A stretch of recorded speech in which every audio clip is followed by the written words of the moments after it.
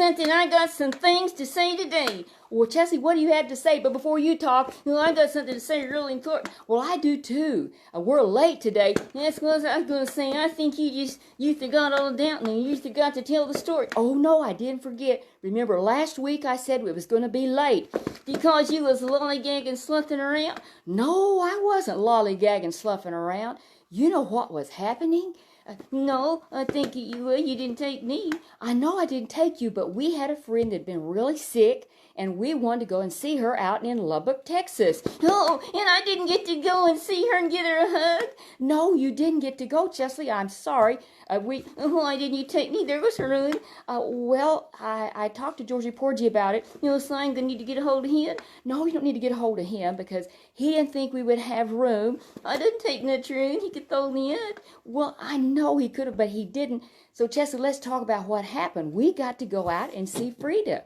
She's been very sick, and we wanted to see her. Did you pray for her? Yes, we prayed for her, and we have many friends been praying. Sandra is watching right now, and she lives in California. She lives in California. That's the one. And so, does those prayers reach out? Our prayers reach out, whether you're in California or Texas or New York or China? Or China, that's right. So, Chesley, that's where we have been, and so you come dragging in late? Well, I don't know about dragging in late, but anyway, we had a great time. Did you worship the Lord? Yes, we worshiped the Lord, and we prayed, and we sang, and, I wish I could have been there. Can I go next time? Chesley, we'll have to talk to your dad about that. Georgie Corgie, will you dig him? Well, let's don't do the beg thing. Let's just wait. But Chesley, we have our story today. What is the train song? Well, yes, we do have a theme song, and it is the gospel train. It's Chesley's gospel train, and I am the engineer. Yes, you are the engineer without a hand. Well, I know we got you a hat, but it didn't work out very well. It just went flat on the head. Do I look handsome? Yes, you look very handsome. And so, this gospel train is chugging at the track, chugging at the track, it's chugging at the track. This gospel train is chugging at the track, chugging to the glory land. Get on board this gospel train, get on board this gospel train, get on board this gospel train, down to the glory land. This gospel train is chugging at the track, chugging at the track, it's chugging at the track. This gospel train is chugging at the track, chugging to the glory land. And can anybody get on board? He wants to live for Jesus and wants to live for Jesus. Yes, they can. Well, get on board this gospel train. Yes, you can. Yes, you can. Get on board this gospel train. Yes, you can. Yes, you can. And we're going to see Jesus. Yes, we are. So, Chesley, let's get on with our story today. And we're going to talk about who? We're going to talk about the Apostle Paul. He didn't always live for the Lord. In fact, he used to be against the Lord. He didn't think that Jesus was telling the truth. No, he's the Son of God. He is the truth. He's the way, the truth, the life. Yes, he's the way, he's the truth, and he is the life. But Paul didn't think he was. He thought it was false. He thought it was totally false. And what's he going to do then? Well, he went about arresting people. He wanted them to put into prison. Oh, what happened to him? He didn't know the truth. He didn't know the truth. He didn't accept the truth. He had heard about Jesus, but he thought he wasn't for real. He thought he's just a liar. He's not really the Son of God. He says he is. And what's he going to do then? Well, he was going to, anybody he could put in prison, even if they got killed, he thought that was all the better. No, he sounds very wicked. He did sound very wicked, but he was very popular. Oh, popular. Yes, he was very popular. In fact, there was many of the people there that of the church leaders, they didn't believe in Jesus either. In fact, they thought he was just awful to say he was God's son. And so he was kind of famous. He was, oh yes, they just thought Paul, his name was Saul then. Later, he changed his name to Paul. But anyway, Saul, we'll call him not what his name was now, Saul. He was against the Lord, but they liked him. The leader said, he's our guy. And so he was really famous. And you talk about, he being accepted, and he probably made a lot of money. Oh, I figure he made a lot of money. Oh, he had friends, and he was famous, he was popular, everything was good. And remember, we've told the story how on his way then had some people arrested, and he had permission to go and do it. He had the letters authorizing him to do it. There was a great light shine down, and then it knocked him to the ground. He fell to the ground. Remember, he accepted the Lord. And all of a sudden, he's totally changed. And he realizes, as he hears this voice, he says, who is this? Who are you, Lord? And so he knew who he was. Well, when he said, Lord, well, he knew it was somebody in authority. He knew that. I mean, he was listening. And then he believed. It wasn't just enough to listen and to hear. He had a choice to make now. What do you see? This was Jesus. It was Jesus that he had been persecuting. All of a sudden, he had a decision to make. Oh, my. What about this stuff called peer pressure? Well, what's that stuff? I don't know. Do you smear it on you? No, you don't smear it on you. No, peer pressure. It's like your friends and people that know you. They may pressure you. Remember now, he's famous. He's well known. Everybody loves him. So many people do. And he's mean and hateful. Well, he was, but he honestly thought he was doing God a favor. He didn't love God's son, but he didn't really think that Jesus was the Son of God. He thought he was just saying it. It wasn't true. But anyway, he has a choice to make now.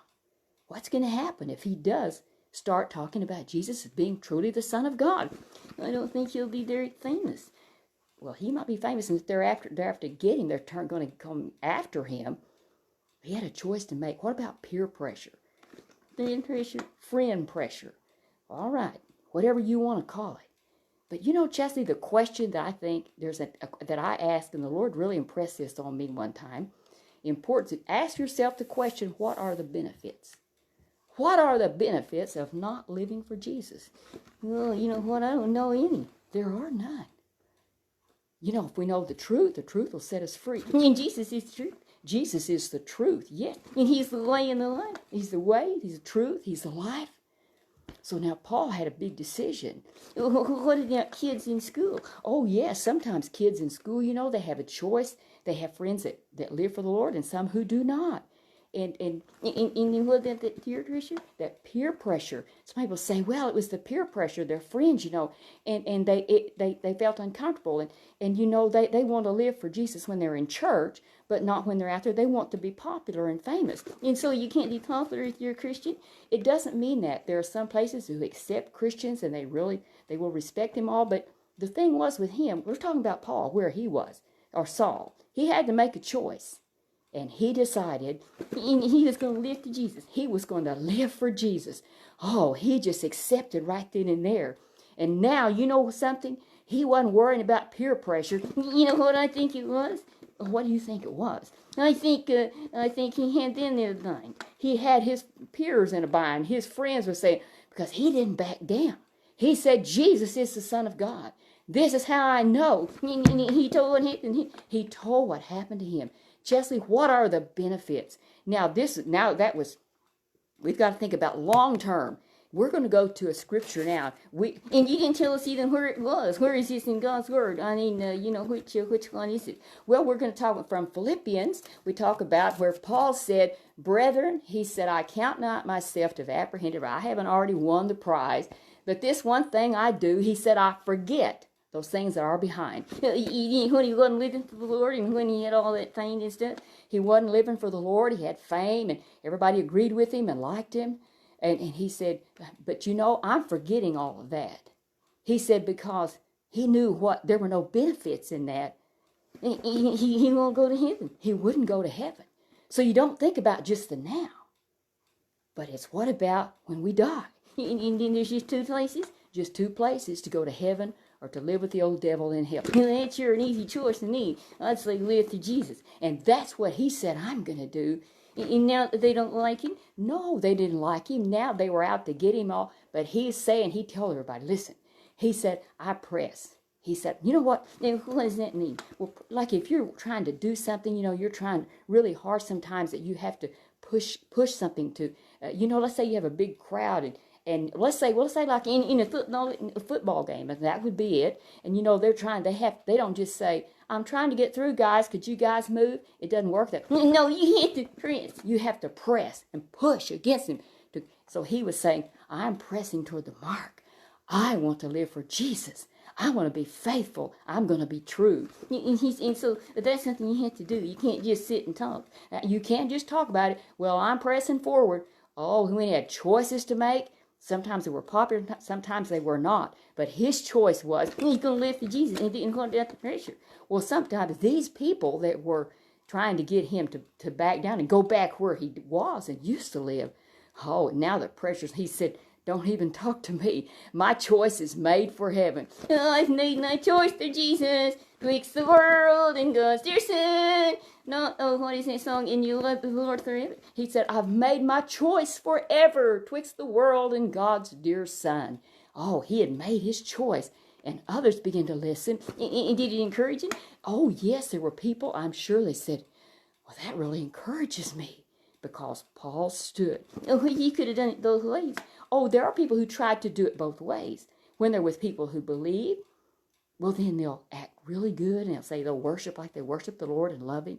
And then there's people, that same person, it's whoever they're with. And I don't get it. Well, what would you think about somebody that says you're their friend? They say, oh, you're my friend. And yet, when they get with another person, then they act like, well, I don't even know you. Oh, no, Paul, no matter what. And even when you didn't like him, even when they didn't like him, he still said, I'm living for Jesus. This is the best way. Give it a try. So, what are the benefits? And Paul said there come a time when it was toward the end of his life, and he knew he didn't have much time left.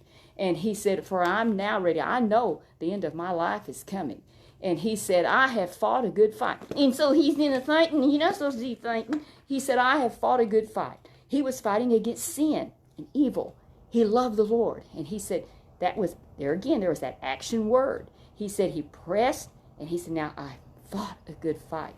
He said, I fought a good fight. I have finished my course. Everything that Jesus wanted me to do. And he did it. He was a good guy.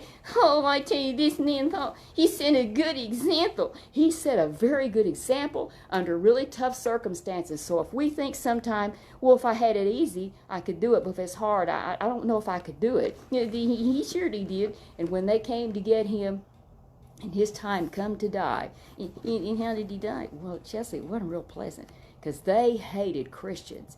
And so this man lost his life, or they just, they killed him. Oh, it's just really terrible. But remember, he said what he was thinking about. What are the benefits? Living for Jesus brought joy and gladness, sins forgiven. But he said, you know what? There is a crown of righteousness laid up for me. When I die here, I'm going to be living with the Lord forever and ever and ever. And what if he had not made that choice? What if he had gone back and said, well, I sure like to be in one of the crowd and everybody liking me, and I had a lot of money and people appreciated me, and what if I could just try it both ways? And he didn't do that. He wouldn't go to heaven. He wouldn't have been in heaven, and they wouldn't have killed him either. Well, they wouldn't have killed him, but he wouldn't have life with the Lord now.